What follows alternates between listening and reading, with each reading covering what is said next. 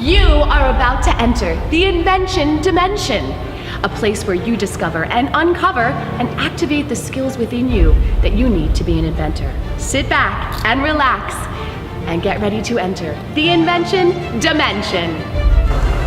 Welcome back. At this point in the invention process, you have identified a problem, researched to understand your problem and possible solution to it, you selected a solution to develop into a variety of designs, and you have explored materials and now built an actual prototype. Today's episode is all about testing and learning more about your prototype and how it works.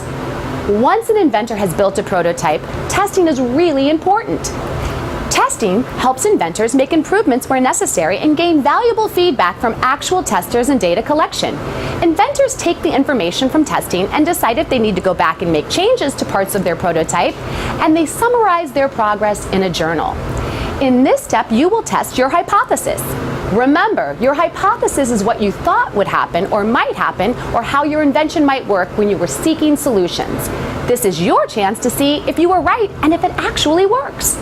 Take your prototype out to the places and people who would use it, if it were actually on the market, and get feedback. Create a survey and gather feedback from your testers. Keep track of all of this, as it is your data and will be useful to display and share later. Today, we will meet people who use testing every day to develop and create new solutions and prototypes. Come on, let's go and learn more.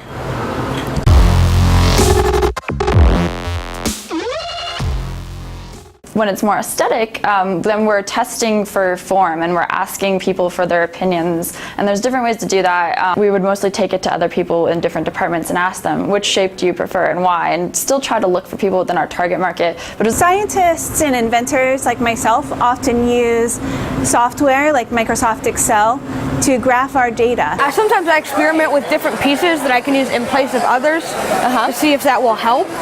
Like for mine, I kept on having this one piece that kept on coming out, so I tried to use a different screw for it, and it's working now. So this is one of the third or fourth prototypes of one of my inventions. This is what I call the Oval Lazy Susan. It's for long tables so that you can get food from one end to the other without yelling at your mom or dad trying to get the mashed potatoes. And this is a model not in its final rendition. I'm going to run the 50 and test it field market. Next, I will be building the first full rendition of what will be for sale in materials with the full plastics, the paint job, so it looks all nice and pretty.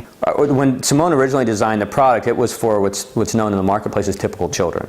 And it was really the autism community that reached out to us right after we were on Kickstarter to say, we really think you have something here for us, because there's really nothing in the marketplace for children with autism that helps them express their emotions.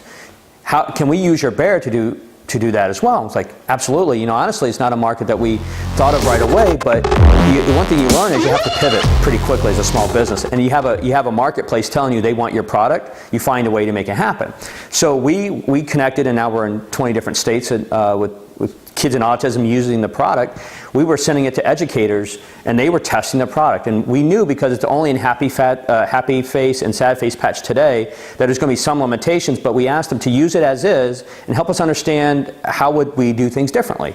So they've started reaching back out to us, and we're in the process of working to figure out a line of patches for children with autism that may more align with kind of the teaching methods or the cool down methods in school that Happy and Sad Face Patch today may or may not help them with. When our students were working for Airstream designing a new trailer, there was a testing process involved.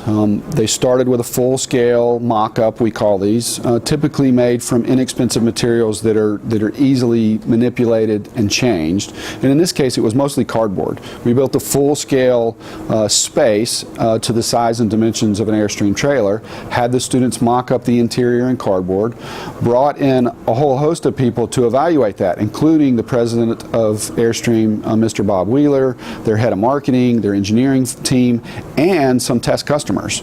that gave the students critical feedback based upon things like, counter height and location and ease of traffic flow, and can I reach where the coffee is, and where's the light switch going to go. All of these things become critical decisions that the students must make. They learn from that feedback process, go back to the drawing board, make some adjustments and changes, mock it up again in cardboard, and kind of continue to repeat that process again and again until we get to what we hope is the best possible solution. We want them to test them against users, most importantly. How does the user perceive the project? Perception is oftentimes, a make or break in deciding if this is a good, viable solution or not.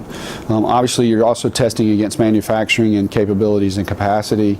And the client often has a voice in that process.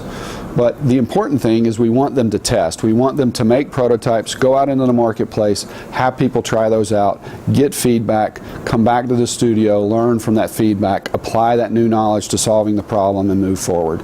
And it's a fail fast and fail forward process. As you have learned in this episode from designers, scientists, and inventors, testing, redesigning, and summarizing your findings and data is a necessary step in arriving at a successful finished prototype. It can be fun and very exciting to watch people test your prototype and see how an idea in your head has grown into a usable gadget or solution. Making charts and graphs of your findings is a visual and creative way to show the testing you did and information you collected. Don't be afraid of criticism or failure. These two things give you knowledge and valuable feedback to help you improve and make the best prototype you can. Don't forget how important your journal or notebook is in every step of the invention process, but especially when you are testing your invention. By now, you know failure is not a bad thing, simply part of our learning process. It tells us what we can do better, differently, and how we can improve. Inventor and self-made billionaire Sara Blakely's dad used to ask her this question as a young girl: what have you failed at this week? She has shared this helped her be more freer in life. This helped her try new things and achieve something new and different.